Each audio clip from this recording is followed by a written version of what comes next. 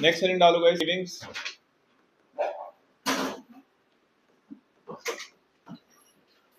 Function,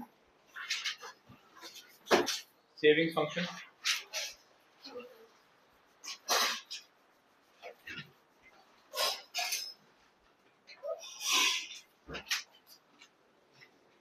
So saving is a function of income, which means that अगर आपकी income increase होगी तो savings भी इंक्रीज होगी।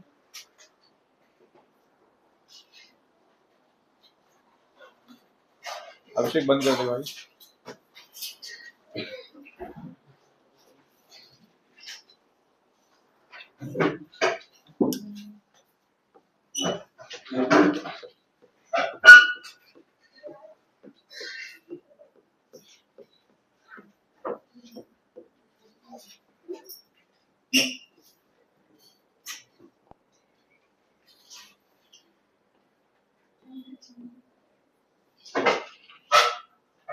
सो हम हमारी कांस्टेंट होती है उसको जैसे जैसे हमारे, तो इसमें मैंने आपको बोला था 80 ऐड करते चले जाओ। यार हमने एमपीसी करा नहीं था ना, एमपीसी हो गया था नहीं, और पुअर लिखवा दिया था, और रिच लिखवा दिया था, और पुअर लिखाया वो एंड। चलो एक चीज उसमें मिस हो गई है, वो ये कंप्लीट करके वापस आता हूँ।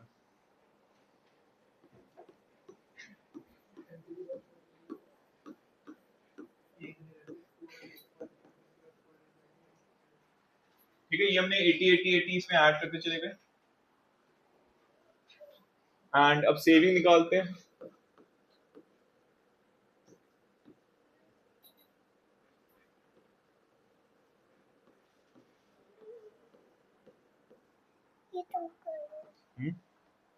तो आप फिर बाहर जाओ ना, तो You don't belong here in this room, so you have to stay out. कोई तंग नहीं कर सकता फिर आपको। हो गया। सो अगर आप देखो जैसे जैसे आपकी इनकम इंक्रीज हो रही है, आपकी सेविंग्स भी इंक्रीज हो रही है। सो इनिशियली सेविंग्स नेगेटिव है, फिर आपका सेविंग्स जीरो हो गया, this is your break even point, and then savings equal to positive.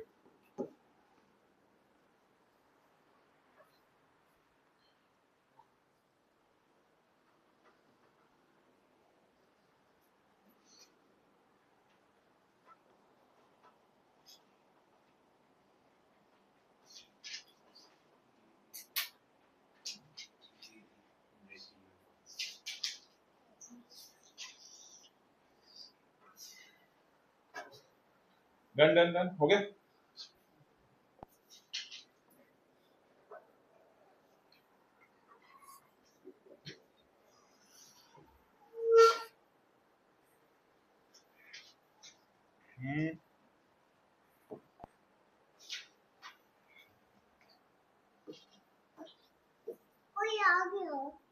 Okay, कोई यहाँ नहीं, इट्स ओके।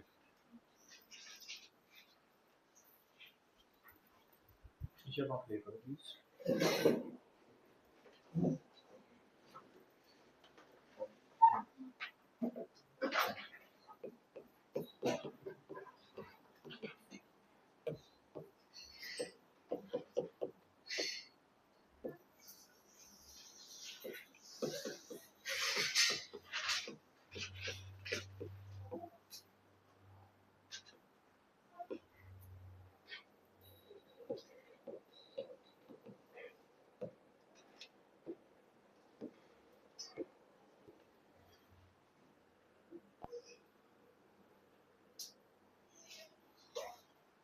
ठीक है, ये बना लो प्लीज।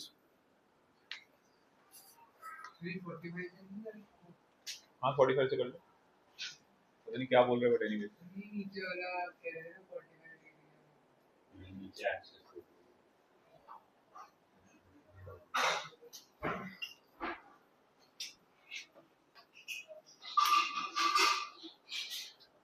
ये माइनस वाई एक्सेस है, ये प्लस वाई एक्सेस है। इनकम के लिए बोला था, यहाँ से स्टार्ट होता है 45 डिग्री।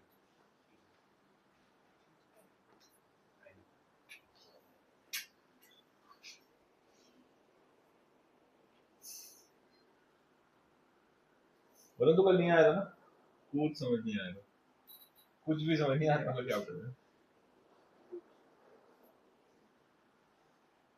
आज रात को भेजता हूँ, देख लियो वीडियो।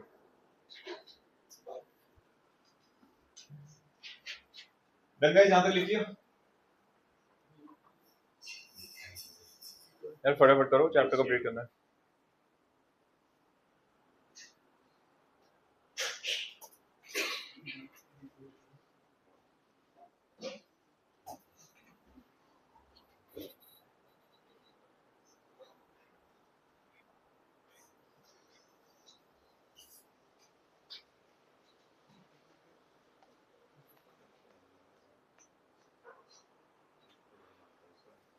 ओके सो ये हमने कर लिया।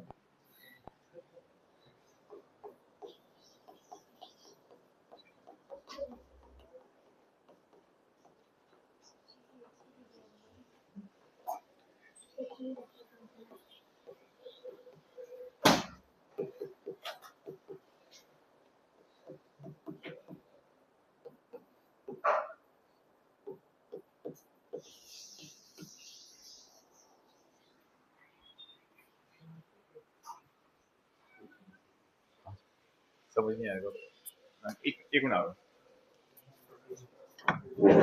एस लिखो, average propensity to save, APS, and इसकी डेफिनेशन लिखो।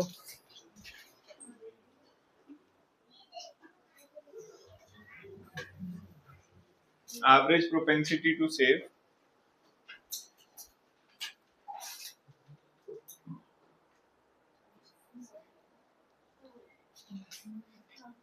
okay, so लिखो, it refers to savings divided by corresponding level of income. It refers to savings divided by corresponding level of income.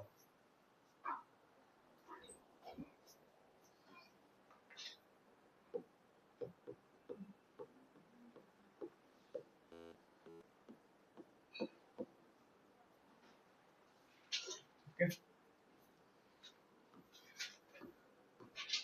So जो लोग last class में नहीं आए थे, एक बार बस ये समझ लो कॉन्सेप्ट, बाकी सबके लिए रिपीट भी हो जाएगा। So zero level of income है, तो कंज्यूम कैसे कर रही है economy? So to survive economy has to consume some portion, ठीक है, which is the bare minimum autonomous consumption. This save and you will use that money for the survival, but उसके लिए बेटर चीज मैंने क्या यूज करी थी, bag borrow steal, survival के लिए। Fine, okay. So zero level of income पे bare minimum consumption is required by the economy, that is known as autonomous consumption, और ये कांस्टेंट रहता है, ये चेंज नहीं होता।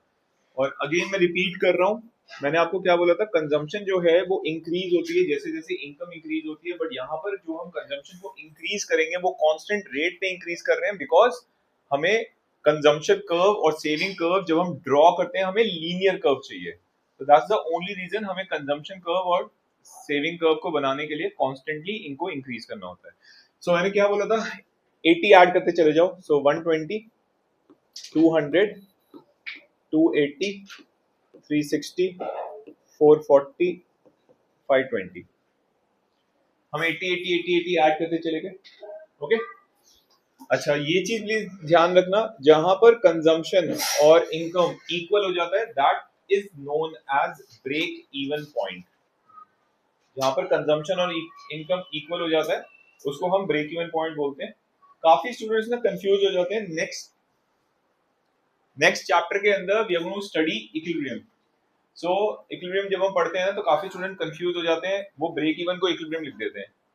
तो ध्यान रखना, कंजम्पशन और इनकम जहां पर इक्वल है वो आपका ब्रेक इवन पॉइंट है, it is not the equilibrium point. वो नेक्स्ट चैप्टर में हम पढ़ेंगे तो तब समझेंगे।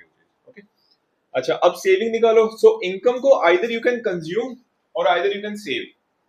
तो अगर जीरो इनकम है और 40 कंजम्पशन है तो इस इनकम को जीरो बनाने के लिए सेविंग कितना हो जाएगा, -40। तो आपने क्या करा, आपने डिससेव करा टू गेट दिस 40 रुपीज का कंजम्पशन या 40 करोड़ का consumption. We are talking about entire economy, not an individual. And अगर यहां पर हम 80 80 80 80 ऐड कर रहे हैं तो इनकम कितने से इंक्रीज हो रही है, 100 से इंक्रीज हो रही है। और उस 100 का 80% यहाँ जा रहा है, तो यहाँ कितना जाएगा 20%, तो यहाँ पे 20 से ऐड करते चले जाओ।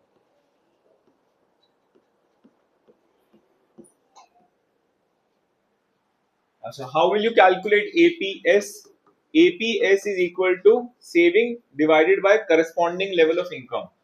Corresponding level of income is what? Saving के सामने जो इनकम है उससे डिवाइड करना है, किसी भी इनकम से नहीं डिवाइड कर देना। निकालो जरा क्या वैल्यूज आएंगी।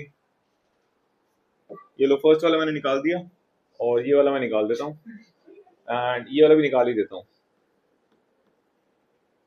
ठीक है guys, rest it's all up to you, rest is all easy. मुश्किल वाला मैंने कर दिया।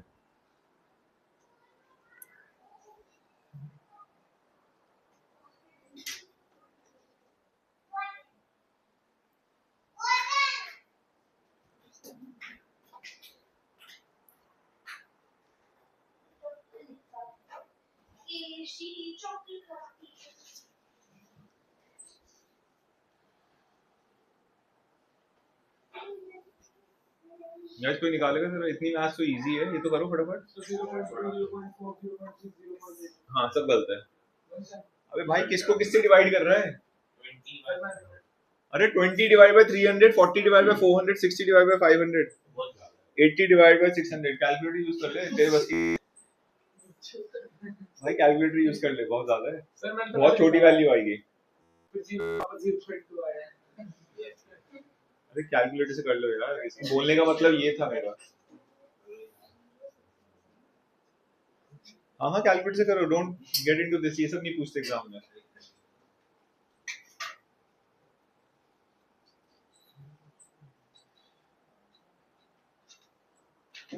निकालो ना कैलकुलेटर, इसमें तो होगा, फोन में कैलकुलेटर तो होगा, इतना बढ़िया फोन है। हाँ मत क्यों?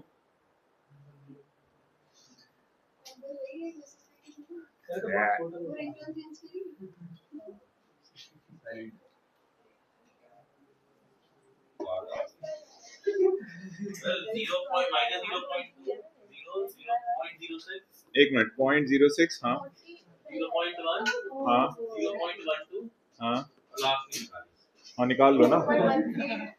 हाँ ठीक है। अच्छा अब यहाँ पर देखो,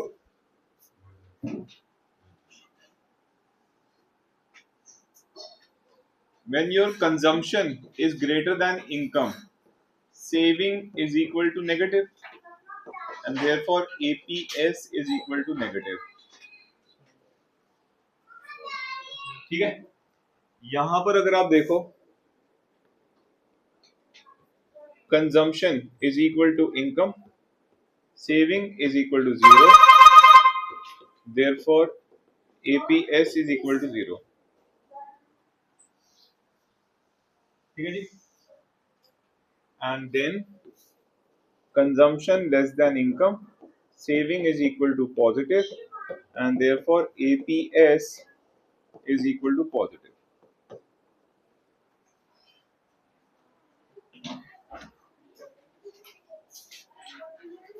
Then guys लिख लिया, हटा दो।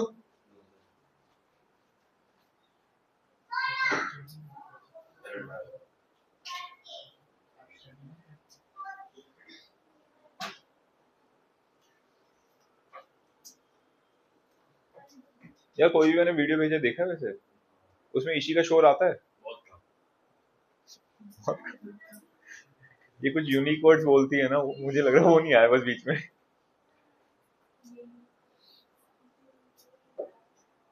डीपीएस सिखाता है।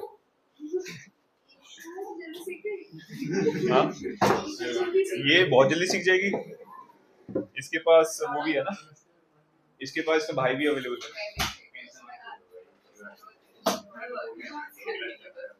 क्या क्या क्या क्या What the hell is happening? Okay. So ये इस डायग्राम में भी प्लीज लिख लो, saving negative, APS is equal to negative, saving equal to 0, APS equal to 0 and saving जब पॉजिटिव है so APS equal to positive. Just लिख लो फॉर योर रेफरेंस गाइस. एक ही चीज मैं बार बार लिखवा रहा हूँ. Purpose is to make you learn.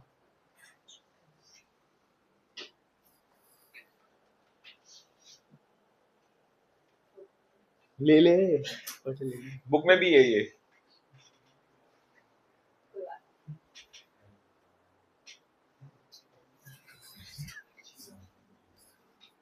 हो गया. लिख ले यार. थोड़ा सा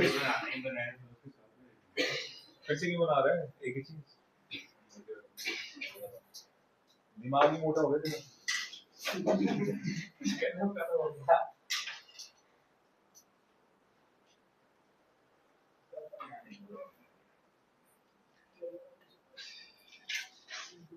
गाइस लिखो पॉइंट्स लिखो अब जरा. व्हेन फिर से लिखवा रहा हूं एक ही चीज. लिखो when saving equal to negative. When saving equal to negative APS equal to negative. Second point लिखो when saving equal to zero. Bracket में लिख लेना break even point. When saving equal to zero bracket में लिख लो break even point. APS equal to zero. And last लिखो when saving equal to positive APS equal to positive. When saving equal to positive, APS equal to positive. Fourth point. As income increases,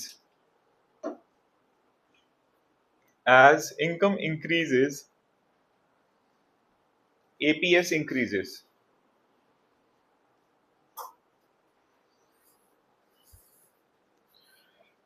ठीक है. सो ये देखो ये आपकी income है. ये income जैसे जैसे इंक्रीज होते चले जा रही है.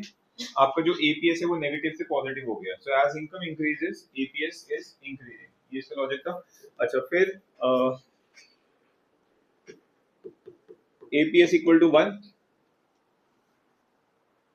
Next point APS equal to 1 and ये देखो not possible. APS can never be equal to 1. तो एपीएस को 1 बनाने के लिए मुझे क्या करना पड़ेगा. Saving is equal to income करना पड़ेगा. और अगर आप जितना कमा रहे हो वो सारा का सारा सेव कर रहे हो तो फिर कंज्यूम क्या कर रहे हो. तो ऐसा हो ही नहीं सकता कि आप कंज्यूम नहीं करो. सो एस इक्वल टू वाई कभी भी नहीं हो सकता. Because even when income is equal to 0 C is positive and C is equal to C bar autonomous. जो हमने अभी लिखा था 40 जो आपने टेबल बनाया था. C is equal to हमने 40 लिखा था जब इनकम 0 थी. तो वो क्या होता है C bar होता है which is autonomous consumption. ठीक है. सो एपीएस जो है वो 1 नहीं हो सकता. And with the same logic APS greater than 1 भी नहीं हो सकता. This is also not possible. तो ये भी लिख लो.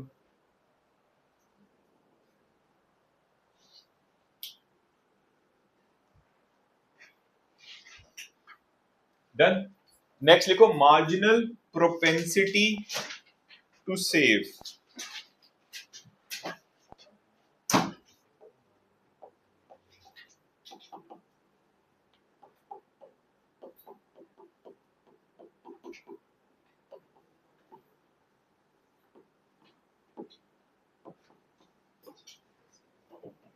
Marginal propensity to save MPS. Change in saving divided by change in income. It refers to change in saving divided by change in income. So this is equal to delta S divided by delta Y. सो कल हमने एक example. अच्छा इसको ऐसे भी लिख सकते हो MPS is equal to delta S by delta Y. अब इसको मैं इधर ले जाता हूँ. So MPS into delta Y is equal to delta S. तो इसका क्या मतलब है. अगर मेरी इनकम इंक्रीज है तो उसका proportion I want to save. इसका मतलब ये है अगर मेरी इनकम 100 से इंक्रीज हुई तो उस 100 का मैं कितना सेव करना चाहता हूँ. 100 से ज्यादा सेव कर सकता हूँ. 100 के इक्वल सेव कर सकता हूँ। तो देखो कंजम्पशन को ना, जो हमने भी शेड्यूल बनाया था उसमें हमने कंजम्पशन को 80 80 80 से इंक्रीज करते जा रहे थे। अगेन रिपीट कर रहा हूँ, कॉन्स्टेंटली इंक्रीज इसलिए कर रहे थे because we want a linear consumption curve. Saving को हम 20 20 20 से इंक्रीज करते जा रहे थे because we want a linear saving curve. Not necessarily कि कंजम्पशन वैसे ही इंक्रीज होगा, सेविंग वैसे ही इंक्रीज होगी। तो लेट्स से मेरी इनकम पहले कितनी थी, 100 थी, और अब कितना हो गया, 200 हो गया। मैं पहले कितना कंज्यूम कर रहा था, 100 कंज्यूम कर रहा था, अभी भी मैं 100 कंज्यूम कर रहा हूँ। मैंने कंजम्पशन को जीरो थोड़ी करा है। मैंने आप लोगों को बताया था जीरो लेवल ऑफ इनकम पे कंजम्पशन पॉजिटिव होती है, that's the bare minimum consumption which we have to make for survival. ठीक है, इकोनॉमी को सर्वाइव करने के लिए कुछ ना कुछ कंज्यूम करना पड़ेगा, तो कंजम्पशन जीरो नहीं हो सकती। बट इसका मतलब ये थोड़ी है कि अगर मेरी इनकम 100 करोड़ से इंक्रीज हुई तो वो मैं कंज्यूम करूं, उसमें से मैं सारा सेव कर सकता हूं। ठीक है, तो delta consumption, delta C zero हो सकता है, बट सी कभी जीरो नहीं हो सकता। कंजम्पशन एक एब्सोल्यूट वैल्यू है, वो जीरो नहीं हो सकती, but change in consumption it can B zero. या है समझ? सो यहां पर आपका डेल्टा एस कितना हो गया, 100, and if you calculate MPS, which is equal to delta S divided by delta Y, which is equal to 100 divided by 100, which is equal to 1. Yeah, so okay, so when delta S equal to delta Y or delta C is equal to 0, MPS is equal to 1.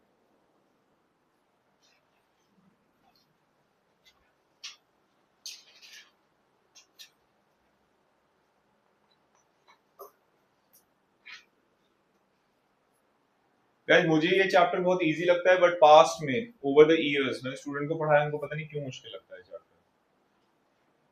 I don't know, मुझे बड़ा easy लगता है chapter, कुछ है ही नहीं। But ये चीज देखना, 6 मार्क का न्यूमेरिकल आता है इसमें से। ठीक है, आपके स्कूल के अंदर नेशनल इनकम में से 6 मार्क्स का न्यूमेरिकल आएगा, but over the years national income का जो न्यूमेरिकल है वो 3 मार्क्स का हो गया, और इसमें से 6 मार्क्स का न्यूमेरिकल आने लग गया। पहले क्या होता था, पहले इसमें से थ्योरी आता था 6 मार्क्स का, एंड कभी कभी वो 3 मार्क्स का न्यूमेरिकल दे देते थे। हमने स्विच कर दिया, इसमें से 6 मार्क्स का न्यूमेरिकल देते हैं, 6 मार्क्स की थ्योरी देते हैं, और नेशनल इनकम हमने 3 मार्क्स का न्यूमेरिकल कर दिया। तो if you look eight previous years boards paper, national income में लास्ट 3 ईयर से 3 मार्क्स के न्यूमेरिकल्स आ रहे हैं और 6 मार्क्स का थ्योरी का क्वेश्चन आ रहा है। हाँ जी गाइस, क्लियर ये चीज? अच्छा, क्या मेरा एमपीएस ग्रेटर देन 1 हो सकता है? तो इसको समझते हैं। एमपीएस ग्रेटर देन 1 कैसे बना सकते हैं? एमपीएस ग्रेटर देन 1 तब हो सकता है जब आपका change in saving is greater than change in income. जब आपका न्यूमरेटर जो है that is greater than the denominator, only then it can be greater than 1। पढ़ क्या रहे हैं हम? बोल रहे हैं कि यार ये 100 से इंक्रीज हुआ है, तो जितने से इनकम इंक्रीज हुई है उसका कितना प्रोपोर्शन यू आर सेविंग। तो यार ये अगर 100 से इंक्रीज हुआ है तो 100 ही तो सेव कर सकते हो एट द मैक्स, ऊपर कैसे चले जाओगे उसके? आपके पास इनकम आई, लेट्स से आपने अर्न करा, आपने 1 लाख रुपए अर्न करा, तो मान के चलो आपके पेरेंट्स ने कंजम्पशन का टेक केयर कर लिया, तो यार आप लाख रुपए तो सेव कर सकते हो, उससे ऊपर कैसे सेव कर लोगे? क्लियर? सो एमपीएस 1 के ऊपर नहीं जा सकता, so therefore MPS equal to 1 bracket में लिख लो maximum value. So MPS equal to 1 जो आपने लिखा है वहीं पे ब्रैकेट में लिख लो मैक्सिमम वैल्यू।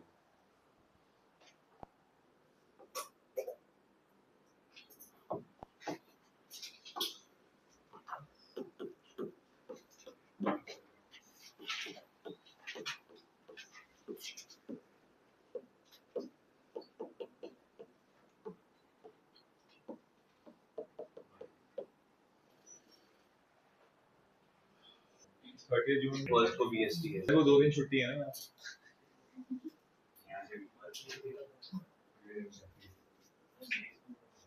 देख जो मैंने इतने क्वेश्चंस करवाने के बाद भी एग्जाम में मार्क्स नहीं आएंगे। हाँ, नहीं आएंगे, नहीं आएंगे भाई, गारंटीड बोल रहा हूँ मैं। अगर तुम 50 भी ले आओ ना तो that means you are good. मैं बता रहा हूँ नहीं आने वाले, नहीं आ सकते। आ गए तो क्या मैं बोल रहा हूँ आएंगे ही नहीं, और बता। पढ़ाना छोड़ दूंगा और बता, ठीक है, बट फ्री ट्यूशन दे दूंगा, नो फ्री ट्यूशन, पढ़ाते पढ़ाते हेडेक हो जाता है, तो इसलिए नो फ्री ट्यूशन। बट यार 50 लाने के लिए या 60 लाने के लिए ना घर जाके पढ़ना पड़ेगा, अदरवाइज नहीं हो पाएगा। बस दो को तो कुछ भी नहीं पढ़ रहा,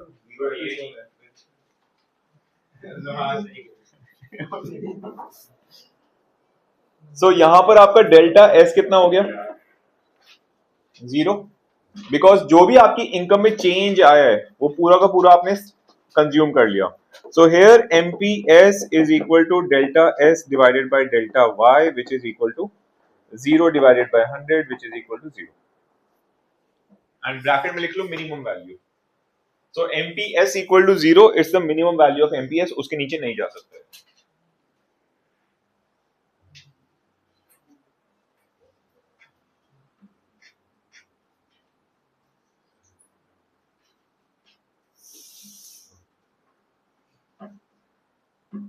मिनिमम वैल्यू लिख लो ब्रैकेट में, minimum value.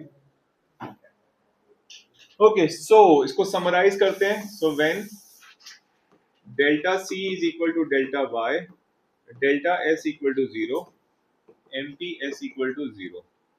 Second, when delta C is equal to 0 और delta S equal to delta Y, MPS is equal to 1। ये मिनिमम वैल्यू, ये max value. Then MPS for rich is high and poor is low.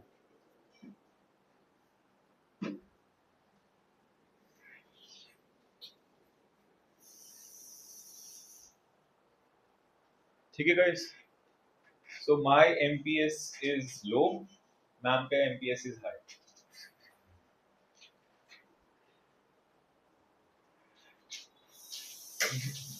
मेरे case में MPS negative भी हो जाता है जो पॉसिबल है। बेटा तेरे को दिखता नहीं है क्या, ऐसे क्या करता है? हाँ के पैसे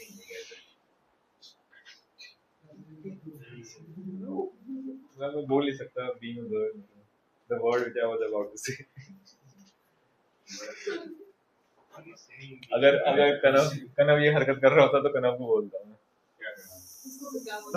उसको 2 बिस्किट फिर बताऊंगा।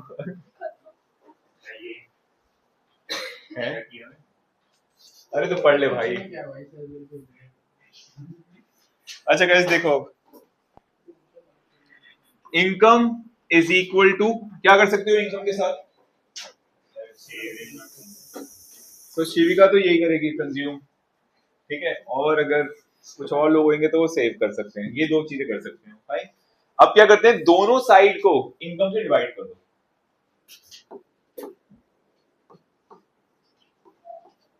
तो ये क्या हो गया 1, एंड सी बाय वाई क्या होता है, लास्ट क्लास में हमने करा था APC, and S by Y हमने आज करा है APS.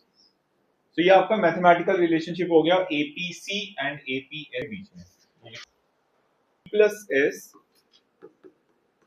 Then we can also say that delta y is equal to delta c plus delta s. Divide both sides by delta y. So 1 MPC MPS.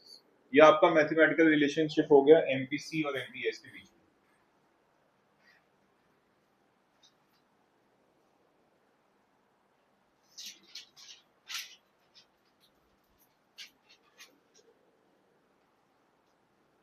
ठीक है, book देना, अरे वो खुली हुई बुक दे दो ना, 1 minute, I will give it back to you.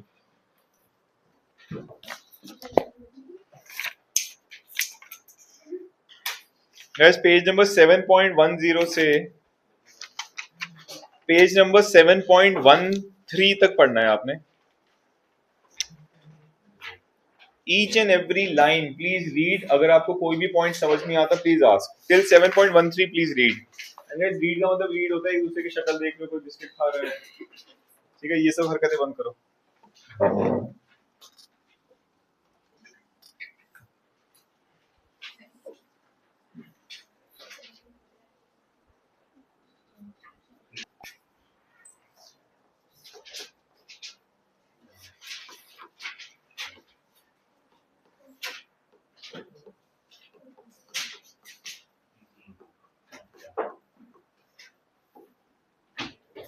Equation of consumption curve, जो हमने स्केड्यूल बनाया था ना, उस स्केड्यूल के अंदर देखो जरा, जब आपकी इनकम 0 थी तो आपका कंजम्पशन कितना था?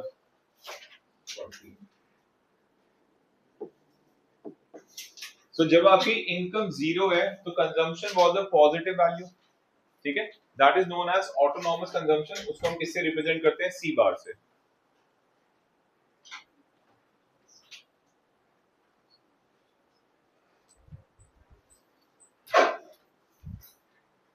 उसको हम किससे रिप्रेजेंट करते हैं? सी बार से, ठीक है।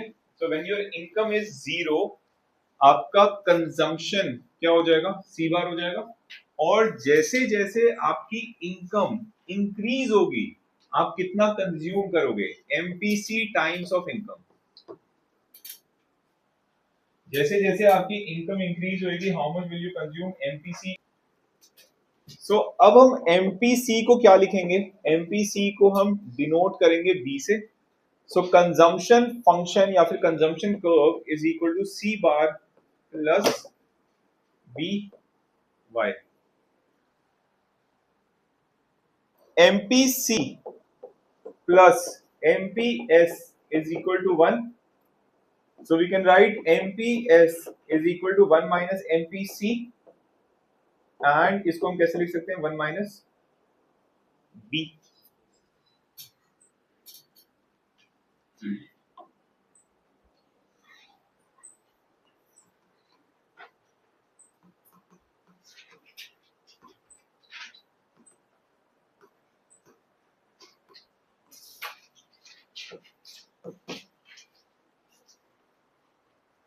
जब इनकम 0 थी तो हमने S कितना लिखा हुआ था? जब इनकम 0 थी, पीछे स्केड्यूल में देखो, स्केड्यूल जो बनाया था, इनकम जब 0 थी तो हमने S कितना लिखा हुआ है? माइनस 40। और कंजम्पशन कितनी थी 0 लेवल ऑफ इनकम पे? प्लस 40, ठीक है। सो हम इसको कैसे लिखेंगे? माइनस सी बार, माइनस 40 था, ये प्लस 40 था।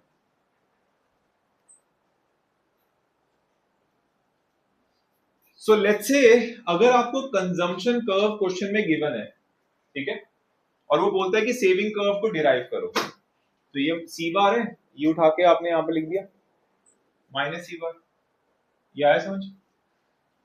प्लस जब इनकम आपकी 0 है तो आप कितना सेव कर रहे हो? माइनस सी बार सेव कर रहे हो। और जैसे जैसे आपकी इनकम इंक्रीज होगी, आप कितना सेव करोगे? एमपीएस इंटू वाई सेव करोगे।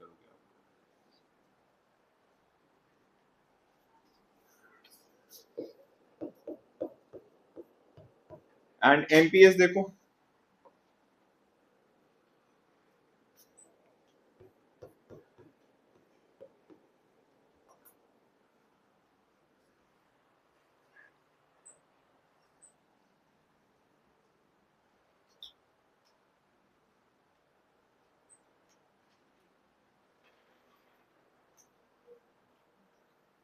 डन।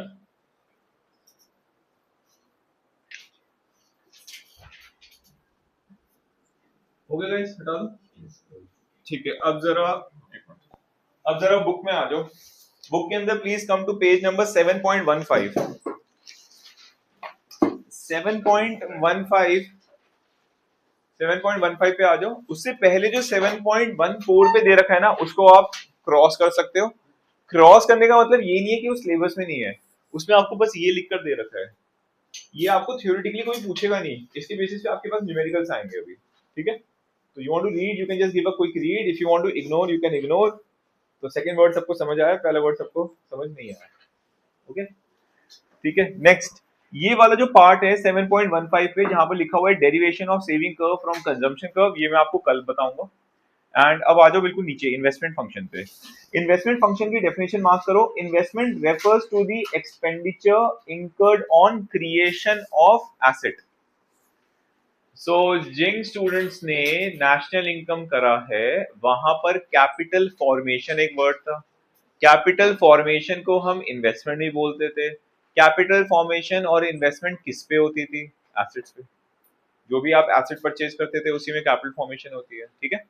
तो ये वही चीज उन्होंने लिखा हुआ है। जो भी आप एसेट्स वगैरह परचेज कर रहे हो उस पे आप जो भी एक्सपेंडिचर कर रहे हो that is known as investment. अब इन्वेस्टमेंट दो तरह की होती है इकोनॉमी में, एक होती है autonomous expenditure, sorry autonomous investment, और दूसरी होती है इंड्यूस्ड इन्वेस्टमेंट। जब हमने लास्ट क्लास के अंदर एग्रीगेट डिमांड पढ़ा था, we talked about aggregate demand is equal to C plus I. जो हमने आई लिया था वो हमने कांस्टेंट लिया था। अगर आपके पास रजिस्टर में लिखा हुआ है तो देखो 40 लिया था हमने वो, ठीक है, और हमने कांस्टेंट लिया था। एंड उसका रीजन क्या था, हमने रीजन ये बोला था इकोनॉमी के अंदर प्राइवेट सेक्टर अगर इन्वेस्टमेंट कर रहे हैं तो they are doing that investment for a particular period of time that is 1 year. हम ये अज्यूम करके चल रहे हैं कि वो 1 ईयर तक अपनी इन्वेस्टमेंट जो है वो चेंज नहीं करेंगे। Okay, so we were considering that to be autonomous. But actual के अंदर इन्वेस्टमेंट होती क्या है, इंड्यूस्ड होती है। सिंपल सा लॉजिक है, अगर लोगों की इनकम बढ़ रही है तो they going to spend more, ठीक है, they going to consume more. Consumption is a function of income. तो अगर आपकी इनकम बढ़ रही है तो आप कंज्यूम भी ज्यादा करोगे। तो इकोनॉमी के अंदर अगर इनकम बढ़ती है तो इन्वेस्टमेंट भी ज्यादा होगी। सिंपल सा लॉजिक ये समझो कि इकोनॉमी के अंदर इनकम कब बढ़ेगी, इनकम कब बढ़ेगी, नेशनल इनकम। नेशनल इनकम के अंदर हम लेते क्या थे, नेशनल इनकम के अंदर हम फाइनल गुड्स एंड सर्विसेज लेते हैं। जब हमने एग्रीगेट डिमांड की डेफिनेशन पढ़ी उसमें भी हमने बोला था it refers to total value of final goods and services. तो फाइनल गुड्स एंड सर्विसेज कौन बना रहा है, फैक्टर्स ऑफ प्रोडक्शन बना रहे हैं। तो फैक्टर्स ऑफ प्रोडक्शन को वो फाइनल गुड्स एंड सर्विसेज बनाने के लिए क्या मिल रहा है, फैक्टर इनकम मिल रही है, इनकम ही मिल रही है। तो अगर गुड्स बनेंगे तो इनकम जनरेट होगी, और अगर इनकम जनरेट हो रही है तो और गुड्स बनेंगे, तो और गुड्स बनाने के लिए और इन्वेस्टमेंट होगी। Is this clear? सो इसीलिए फर्स्ट देखो वहां पर induced investment. Induced investment refers to the investment which depends on the profit expectation and is directly influenced by the income level. So अगर आपकी इनकम बढ़ेगी तो आपकी इन्वेस्टमेंट बढ़ेगी, अगर आपकी इनकम कम हो रही है तो आपकी इन्वेस्टमेंट कम हो रही है। If you look at induced investment का graph, it is positively sloped. जैसे सप्लाई कर्व बनता था क्लास 11 में, बिल्कुल वैसे ही बना रखा है हमने, अपवर्ड स्लोपिंग। ठीक है, ये आया सबको समझ? नेक्स्ट पेज पे आओ, ऑटोनॉमस इन्वेस्टमेंट होगा, और ऑटोनॉमस इन्वेस्टमेंट का डायग्राम देखो, it is parallel to X axis. Fine. So autonomous investment is not changing with the level of income, क्योंकि ऑटोनॉमस इन्वेस्टमेंट जो है वो प्रॉफिट मेकिंग के लिए नहीं होती है, बट वो सोसाइटी, सोसाइटी लिखे क्या, सोशल कॉज के लिए लिखा होगा। So autonomous investment refers to the investment which is not affected by the changes in the level of income and is not induced solely by profit motive. तो ये mark कर लो, ये डेफिनेशन आपको याद करनी है। So autonomous investment income level से change नहीं होती, and autonomous investment is not for the profit motive. अब देखो एक चीज लिख लो या फिर बुक में देखो कहीं ना कहीं लिखी होगी, जो इंड्यूस इन्वेस्टमेंट होती है ना that is income elastic. Again class 11 के अंदर इलास्टिसिटी पढ़ते थे। इलास्टिसिटी का मतलब क्या होता है, जैसे हमने इलास्टिसिटी और डिमांड पढ़ा, तो अगर प्राइस चेंज हुआ तो डिमांड में कितना ज्यादा रिस्पॉन्सिवनेस है, दैट इज इलास्टिसिटी। तो यहां पर अगर इनकम चेंज हो रही है तो उसकी वजह से इन्वेस्टमेंट कितनी ज्यादा रिस्पॉन्सिव है, so that is income elastic. So जो इंड्यूस इन्वेस्टमेंट है that is income elastic, but जो ऑटोनॉमस इन्वेस्टमेंट है that is not at all income elastic, क्योंकि ऑटोनॉमस इन्वेस्टमेंट चेंज ही नहीं हो रही। तो elasticity of autonomous investment is zero. ये आया समझ? ठीक है, तो ये बुक में होगा यार, कहीं ना कहीं देखना लिखा होगा, मिला किसी को? हाँ ये लिखा तो हुआ है, it is income elastic, income है inelastic, sorry. So autonomous में लिखा हुआ है इट इज इनकम इलास्टिक, और इंड्यूस में देखना इनकम इलास्टिक लिखा होगा, इनकम इलास्टिक। ये मार्क कर लो गाइस, ये आपको पता होना चाहिए। And please read the difference between the two.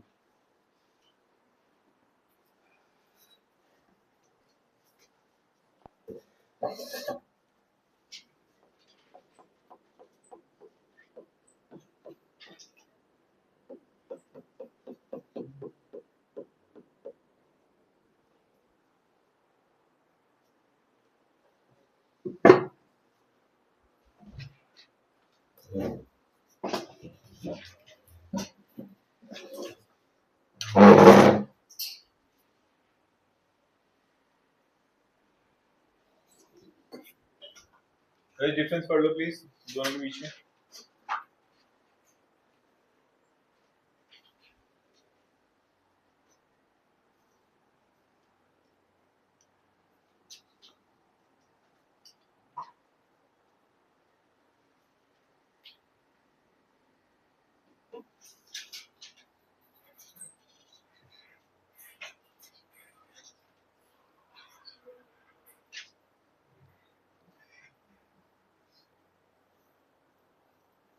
Done, difference पढ़ लिया। ओके, रजिस्टर्स में लिखो please x एंटे x post. X एंटे का मतलब होता है प्लान्ड एंड एक्स पोस्ट का मतलब होता है एक्चुअल और रियलाइज्ड। ये प्लीज लिख लो। अब आपको ना डेफिनेशन याद करनी है, कुछ पढ़ने की जरूरत नहीं है और। सो एक्स एंटे की डेफिनेशन मार्क कर लो, sorry ex ante saving and ex ante investment की डेफिनेशन मार्क कर लो। Ex ante saving refers to the amount of saving which the household plan to save at different levels of income in the economy. Just mark this. So अलग-अलग level of income पे households कितना save करने का plan कर रहे हैं, that is ex ante. तो ex ante is planned. And similarly ex ante investment. Ex ante investment refers to the amount of investment which firms plan to invest at different levels of income. अलग अलग level of income पे जो आपका private sector है वो कितनी investment plan कर रहा है, दैट्स इट, और कुछ नहीं पढ़ना इसमें, ठीक है।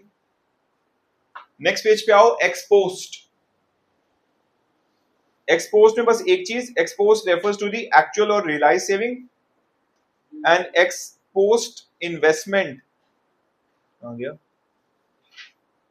Ex post investment is the actual और रियलाइज इन्वेस्टमेंट, ये रहा ना, बस ये मार्क कर दो, ये रहा एक्सपोस्ट इन्वेस्टमेंट, बस इतना, और कुछ नहीं करना है इसमें।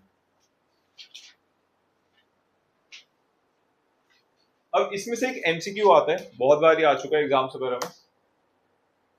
गाइस डेफिनेशन के अलावा ना और कुछ पढ़ना नहीं है, ठीक है, अगर पढ़ना चाहते हो पढ़ लेना, एग्जाम्स वगैरह में नहीं आता। For your knowledge if you want to read you can read. यही चीज बार बार मैं रिपीट कर देती है। अब इसमें ना एक चीज बहुत इंपॉर्टेंट है, एक्स एंटे सेविंग्स। ये नेक्स्ट चैप्टर में इसका लॉजिक आएगा। X ante investment,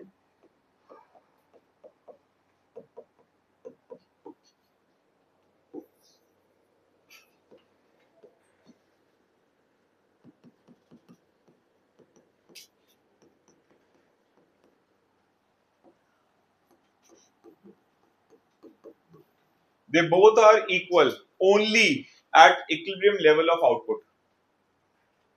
equilibrium level of output बोल दो या इक्विलिब्रियम लेवल ऑफ इनकम बोल दो, उसी पर ही बस ये दोनों इक्वल होंगे, और ये कहीं भी इक्वल नहीं हो सकते।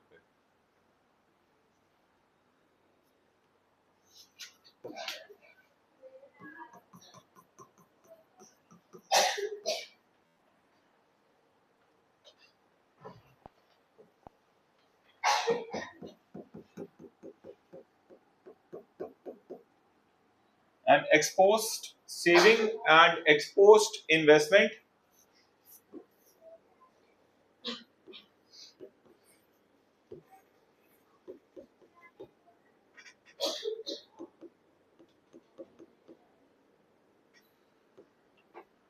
और तेरे को चाहिए कुछ खाने के लिए?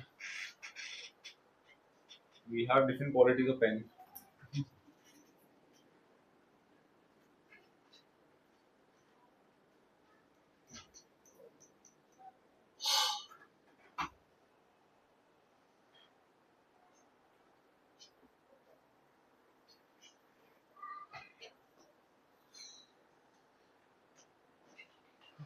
Done guys, लिख लिया। एक चीज और छुड़वा रहा हूँ मैं अभी के लिए, that is full employment and involuntary unemployment, ये अभी के लिए छुड़वा रहा हूँ। अब जरा आ जाओ आप लोग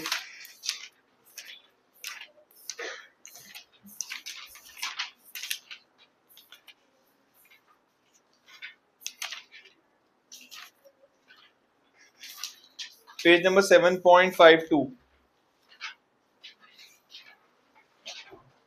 7.52, क्वेश्चन नंबर 14।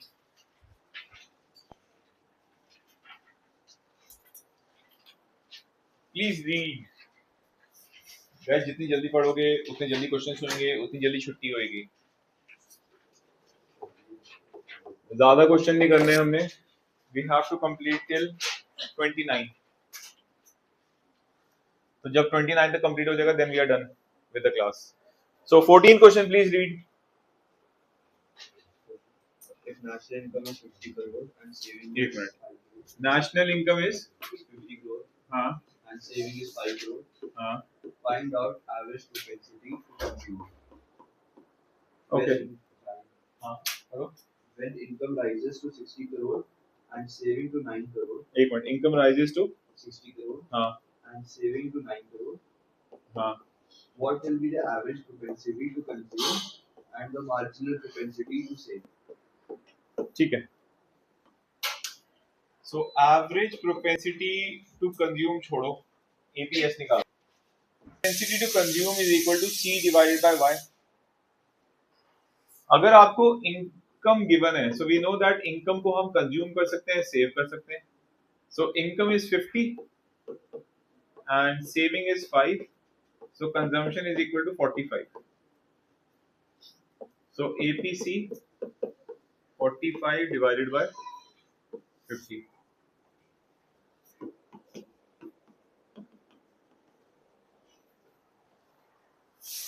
ठीक है. इन केस अगर ये आपसे पूछते हैं यार APSP निकालो, तो आपके पास S और Y है, उससे निकाल सकते हो, या फिर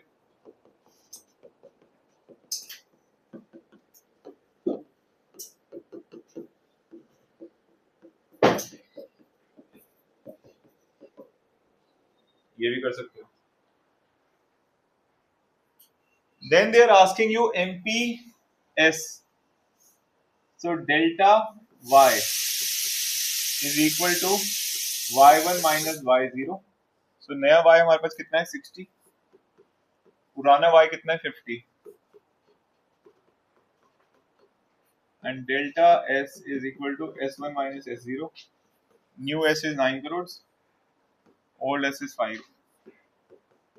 So MPS is equal to delta S by delta Y, 4 divided by 10.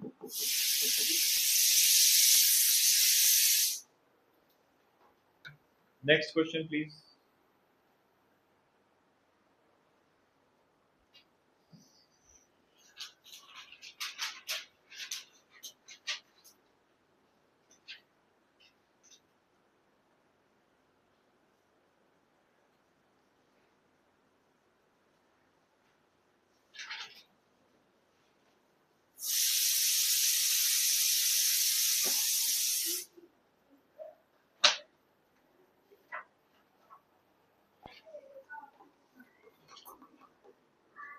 Question 15. पढ़ो please. Using the convention C dash D अरे सी डैश है सी बार. C bar dy calculate into एक मिनट बेटा, एक मिनट. अरे बड़ा शोर आ रहा है. कैलकुलेट क्या? calculate savings at income of 2000 crores if autonomous consumption is 150 crores हाँ and 40% of additional income is consumed.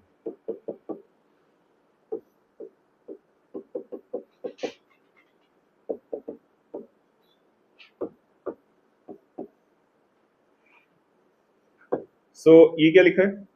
Additional income. So additional income का मतलब डेल्टा वाई. ठीक है. एडिशनल इनकम में से आप जितना भी कंज्यूम कर रहे हो वो क्या हो जाएगा? एमपीसी. ठीक है. सो अब आपके पास C is equal to C bar 150 plus MPC 0.4 into Y 2000. ये निकालो.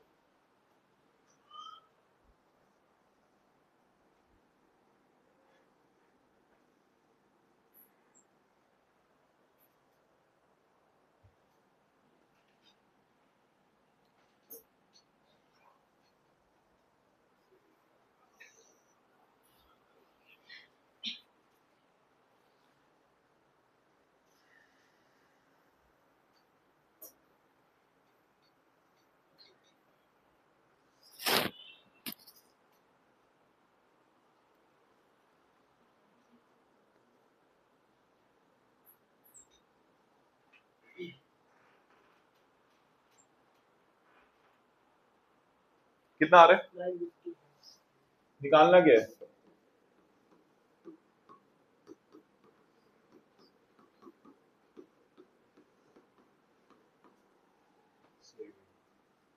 और इसको एक और तरीके से कर सकते हो, ये देखो सेविंग कर्व।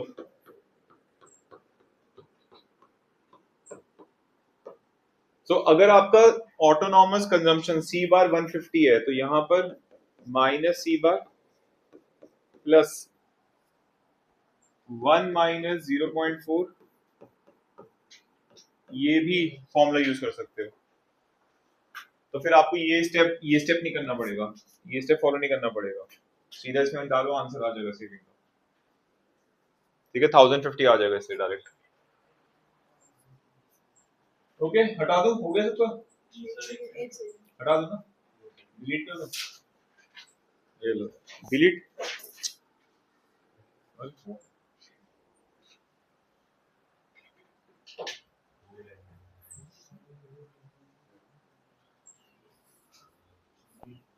नेक्स्ट क्वेश्चन पढ़ो गाइस, नेक्स्ट क्वेश्चन। मोबाइल की दुनिया से बाहर आ जाओ, नेक्स्ट क्वेश्चन पढ़ो। S is equal to 1 minus 120 plus 0.4 bracket y. Determine consumption function. एक मिनट फिर से बोलियो, माइनस 120 हाँ minus 120 हाँ प्लस 0.4 bracket y.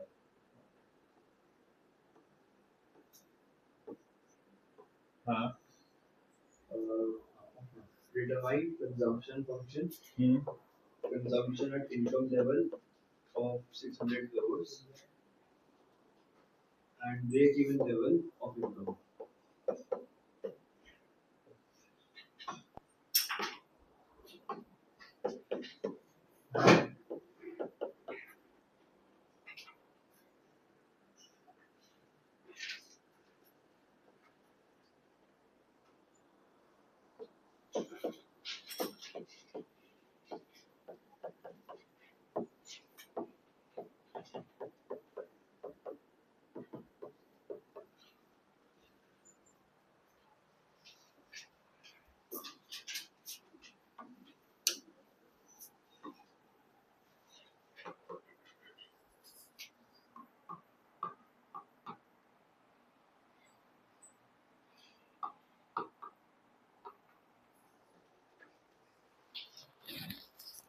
ये किसी को समझ आया? हाँ हाँ क्या?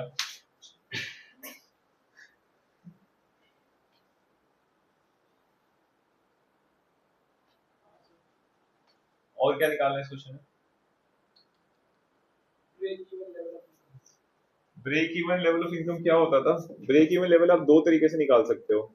पहला तरीका है C इक्वल टू वाई। तो C हमारे पास ये है 120 plus 0.6 y is equal to y। So 120 इसको इधर ले जाओगे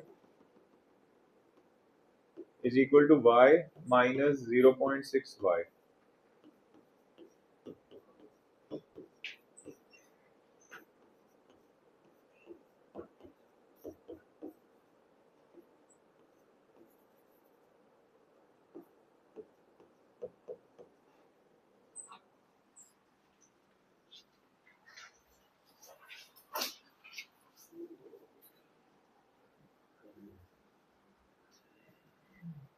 ठीक है, हो गया।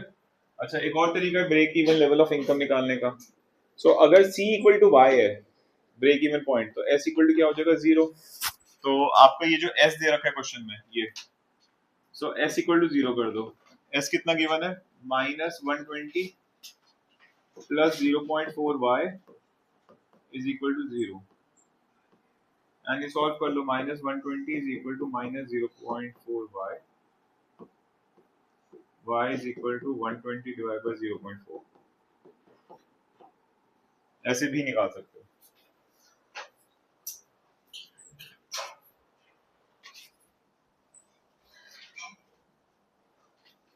So if you are using this, then you have to apply this. और भी कुछ निकालना है इस क्वेश्चन में? नेक्स्ट क्वेश्चन,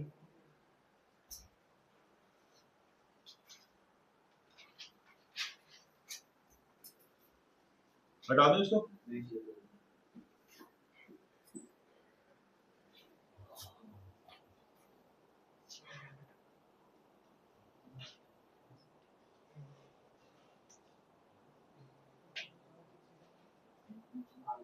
तो रिव्यू क्वेश्चन करते हैं।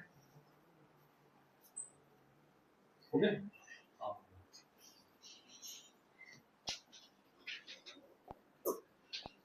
Question 17 please read. The consumption function for the economy is given as C is equal to 200 plus 0.85. एक मिनट। क्वेश्चन 18 है ना? 17।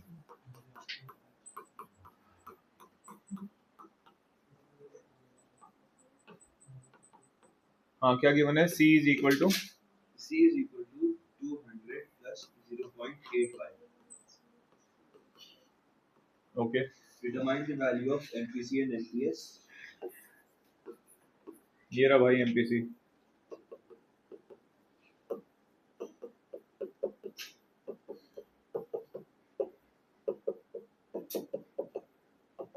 And second point था autonomous consumption. ये रहा autonomous consumption.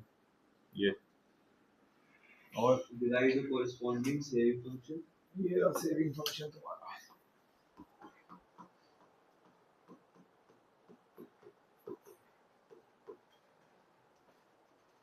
Determine calculate consumption at income levels of 3,000 crores and 5,000 crores.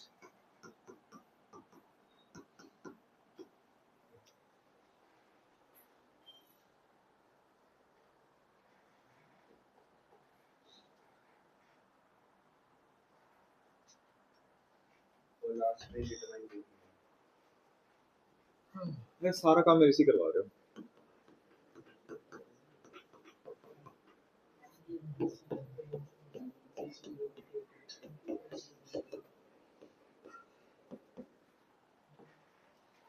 निकाल लो।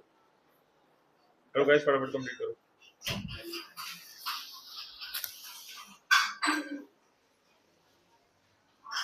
यार यहाँ बैठना बंद कर दो यार, बेड पे यार। फ्री के पैसे दे दो तुम लोग। उधर बैठ के पढ़ ले या फिर खा ले यार। यस।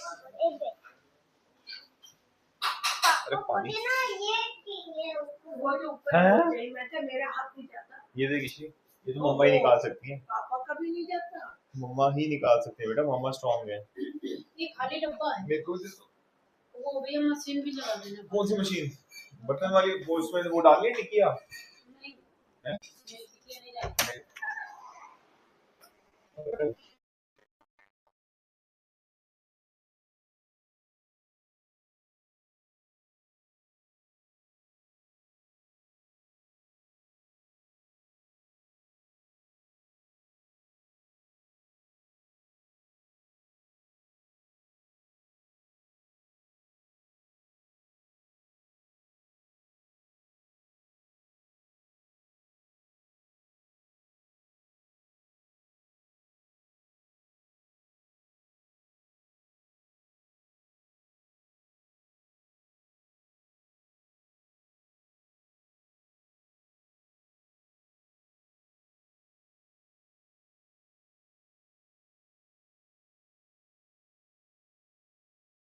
तभी यूज करते हैं उसको।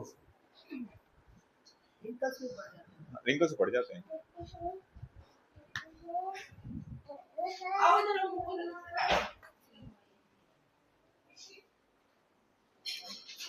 हाँ जी गाइस, हो गया 17 क्वेश्चन। 18 क्वेश्चन पढ़ो guys. 18 question.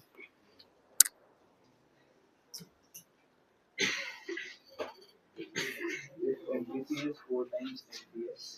MPC is equal to 4 times MPS. And consumption at zero level of income is 70 crores. Consumption at zero level of income is 70 तो ये crores. ऑटोनॉमस कंजम्पशन हो गया। Derive the consumption function.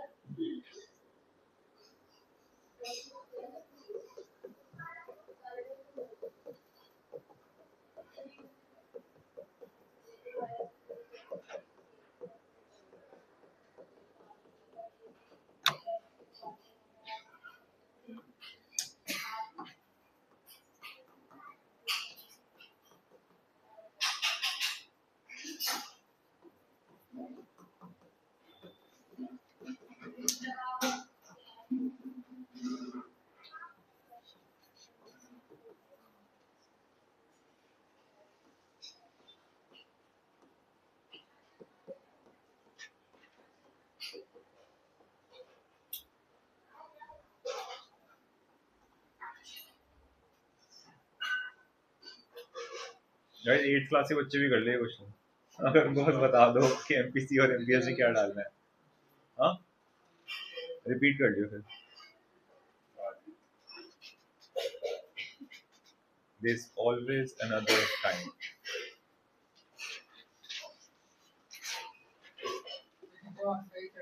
ये यार ये पूरा unit 12 marks का लेके चलो। यूनिट में 3 चैप्टर। नेशनल इनकम से तो छोटा ही है। 2 क्लास में तुम्हारा चैप्टर खत्म हो गया। नेशनल इनकम तो तुम 2 महीने से खींच रहे थे, फिर भी तुम्हें समझ नहीं आया था नेशन की इनकम कैसे निकालते हैं। स्कैन करना पड़ेगा मुझे बुक नेशनल इनकम के लिए। 19 क्वेश्चन क्या हो गया, क्या याद आया?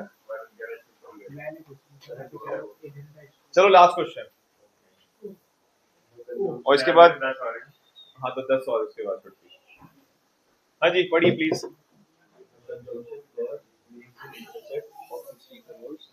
सो कंजम्पशन कर्व अगर इंटरसेप्ट कर रहा है तो वो इंटरसेप्ट कहाँ कर रहा है? वाई एक्सिस पे कर रहा है। वाई एक्सिस पे जब कंजम्पशन कर्व इंटरसेक्ट करता है ये होता है consumption curve. Zero level of income पे कंजम्पशन का इंटरसेप्ट वाई एक्सिस पे होता है और उसको हम क्या बोलते हैं? सी बार बोलते हैं। ठीक है। So consumption curves makes an intercept at the Y axis और वो कितना दे रखा है? 60। तो वो सी बार गिवन है 60। आगे If MPC is to MPS, can be expressed as 1:3. है हाँ, वो ratio ये नहीं है।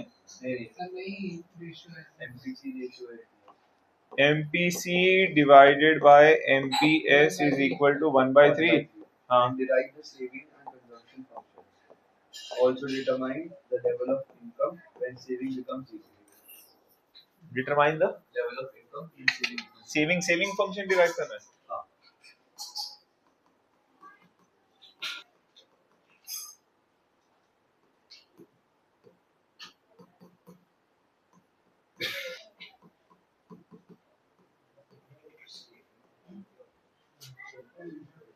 अरे यार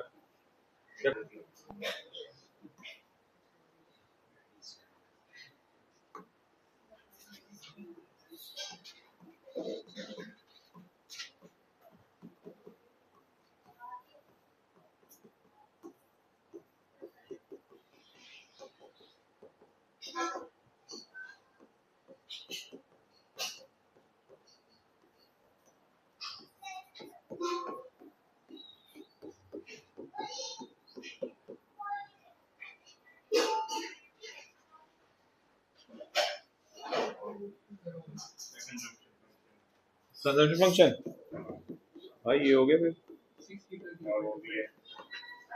और बोलो saving equal to 0 break even point. तो सेविंग इक्वल टू 0 ये ब्रेक इवन पॉइंट होता है। So -60 plus 0.75 y is equal to 0 equate करो और ये सॉल्व कर दो। और बोलो बोल नहीं बोल